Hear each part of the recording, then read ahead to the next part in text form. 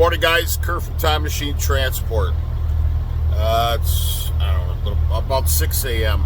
I'm up near my delivery in Dorchester, Wisconsin, and I'm gonna tell you guys the importance of a post-trip inspection. If I got dirt on my jacket now. So if you're a truck driver like myself, you have to do a thing called a pre-trip inspection every morning. I call it dumping the tires. Anyways, you got to walk, you walk around your truck, you check dump all your tires, make sure none of them are flat or loss of air, and obviously check out your load, see if, all of our trucks are flatbed, so you just basically, scruffy this morning. Been a cold, long morning. It's like 10 degrees here. Anyways, when you have flatbed, obviously you have to check your chains and your straps, and you check your oil and stuff. It's basically, and you should really do it with your car or your personal vehicle. Not every morning, but I mean, check. Make sure you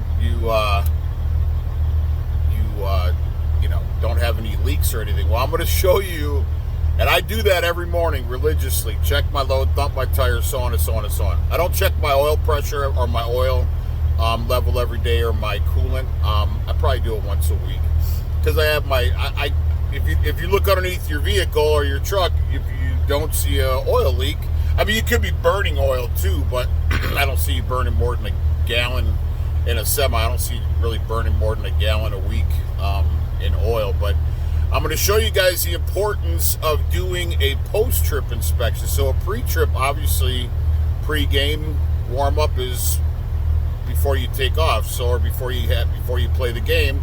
If you're a sports fan, they have pre-game warm-ups or pre-game announcements or whatever, so that's before the game. So a pre-trip is before you leave on the road. Well, post-trip is like post-season, like after postseason or after regular football season. It's called postseason. That's your playoff season. Well, a post-trip, and I'm only explaining it, obviously truck drivers like, yeah, dude, get to the point, but people that don't know this stuff, you don't know. And a post-trip is at the end of your day. Pre-trip is mandated by DOT, Department of Transportation. So you must pre-trip your equipment every single day.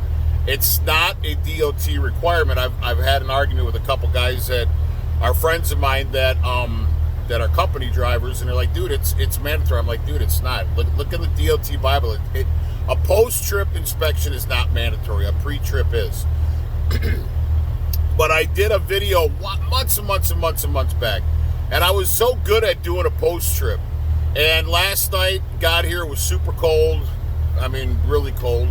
And I was being a wuss, and obviously you can see I have a refrigerator microwave, so I didn't need to go into the truck stop for anything.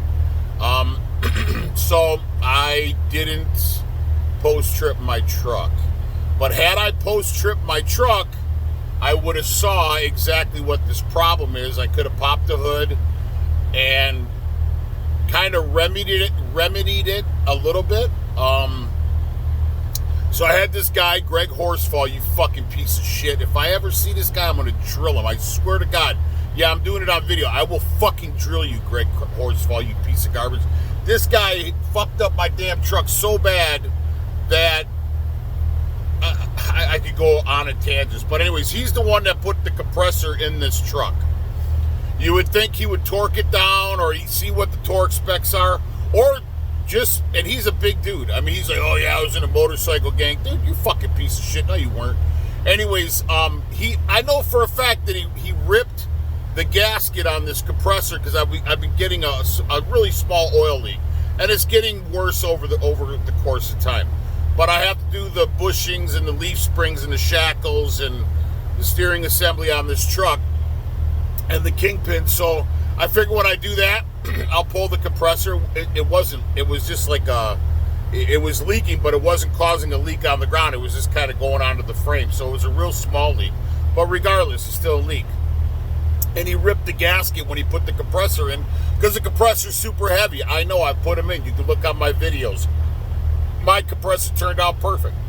Anyways, he didn't tighten the compressor down, And trucks, especially older trucks, they shake. Well, because I'm a dumbass and I didn't post-trip my truck last night because I was too much of a pussy because it was cold out, I would have saw the oil leak, and wait till you see this oil leak. It's not good. I just put 3 gallons in. That's all they had here at the truck stop is 3 gallons. I'm going to fly down the road to another truck stop and get a truck wash and a motor wash, and I'm going to add however many gallons more I need. But anyways, it's not good, man. It's literally a fucking pond of oil underneath my truck, and I'm not talking a little pond. I'm talking a large pond. But anyways, this is the importance of post-tripping your truck, because if I would have post-tripped my truck last night when I got here, I could have saved myself probably a couple gallons of oil. Yeah, gallons. It's a fucking mess, man. So anyways, so fuck you, Greg Horsefall, you piece of shit. And I own it because I'm the dumbass. I should have seen this. And I would have seen the oil sprayed on all over my truck. So wait till you guys see this. And I'm idling my truck, so it's kind of loud. But I do have proper oil pressure. So I know that at least I'm holding pressure, which is good. I tightened down the compressor.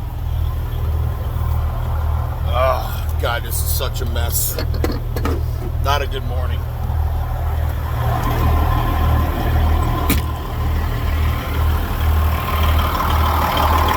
Well, that's where the oil leak was. And that bolt, those bolts right there, if you see those bolts are what were loose. So, you guys see that? Well, wait till you see the real bad part. Look at that. Holy shit, I don't even want to show anybody. So, look at that. All the way underneath the fucking truck, man. All the way underneath the truck. And it's all over my damn... I mean, it's fucking everywhere, man. Everywhere. But anyways, the only good news to this is, I mean, it's fucking everywhere, man. Thank God I got a tarp on this load. Because if I didn't have a tarp on this load,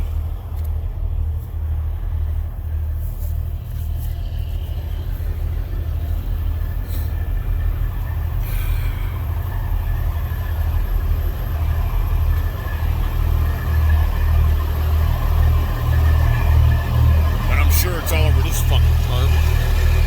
No, not bad.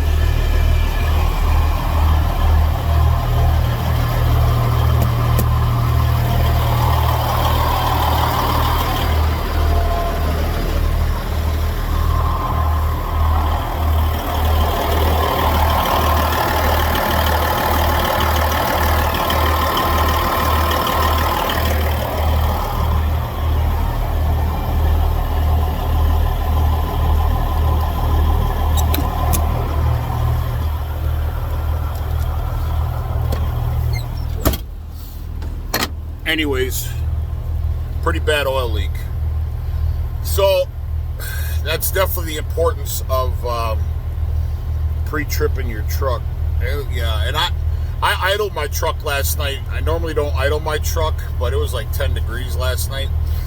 That's kind of my cutoff, is around 19 degrees, 20 degrees is my cutoff where I idle my truck, because I don't have a heater in the inside of my truck like a regular APU or anything, which is like an electric heater that runs off your fuel or runs off your battery. So I don't I typically don't idle my truck, but last night it was pretty cold. So, but anyways, man, guys, I will never make that mistake again. And I wasn't getting oil on my windshield. It was all just staying in the motor housing or underneath the hood, and obviously going towards the rear of my truck on the one side. But there is good news. There's a truck wash close by, thank God. So I can go over there and get my truck washed and the motor washed and the trailer washed.